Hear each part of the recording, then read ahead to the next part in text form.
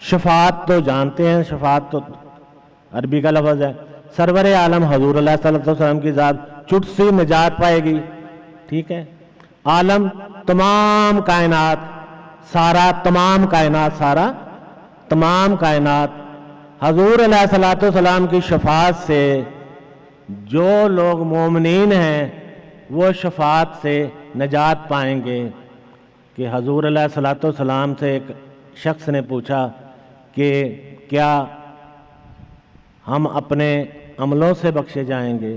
آپ نے فرمایا نہیں، اللہ کے فضل سے بخشے جاؤ گے۔ تو انہوں نے کہا آپ نے فرمایا ہاں میں بھی اللہ کے فضل سے بخشا جاؤں گا۔ تو حضور علیہ الصلوۃ والسلام کو مقام شفاعت پہ کھڑا کیا جائے گا۔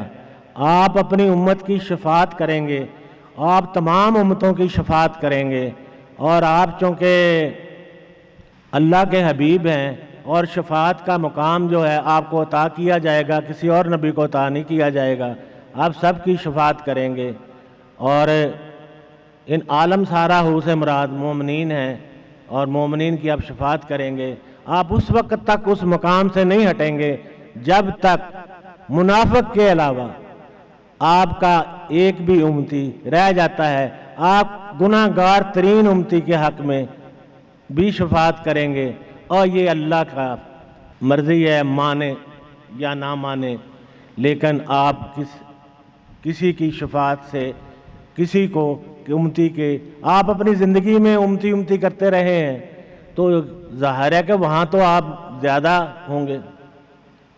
حدوں بے حد درود نبی نو، حدوں حد سے زیادہ بے حد درود نبی نو، نبی کو جیندہ جس کا ایڈ اتنا اس قدر پسارا عظمت ہے۔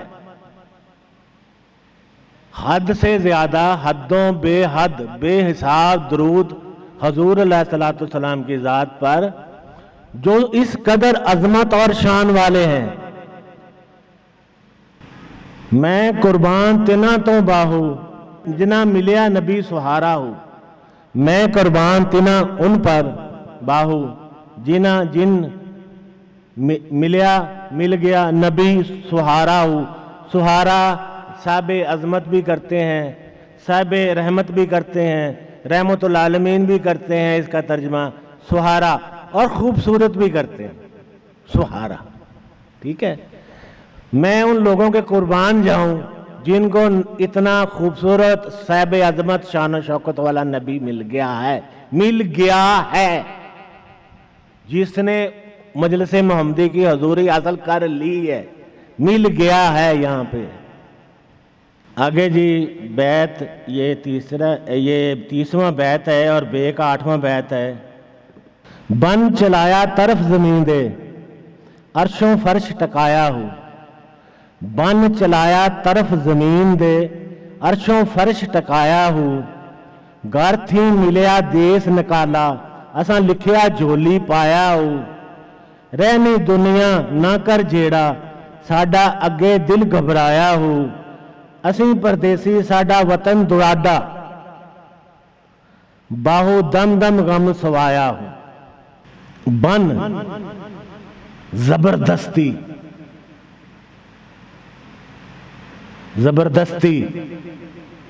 آپ کی مرضی کے بغیر زبردستی عالم ارواح سے نکال کر بن چلایا طرف زمین دے، ہمیں باندھ کر زبردستی زمین پر بھیج دیا گیا ہے۔ اس جسم میں قید کر کے، بشری جسم میں قید کر کے ہمیں زمین پر بھیج دیا گیا ہے۔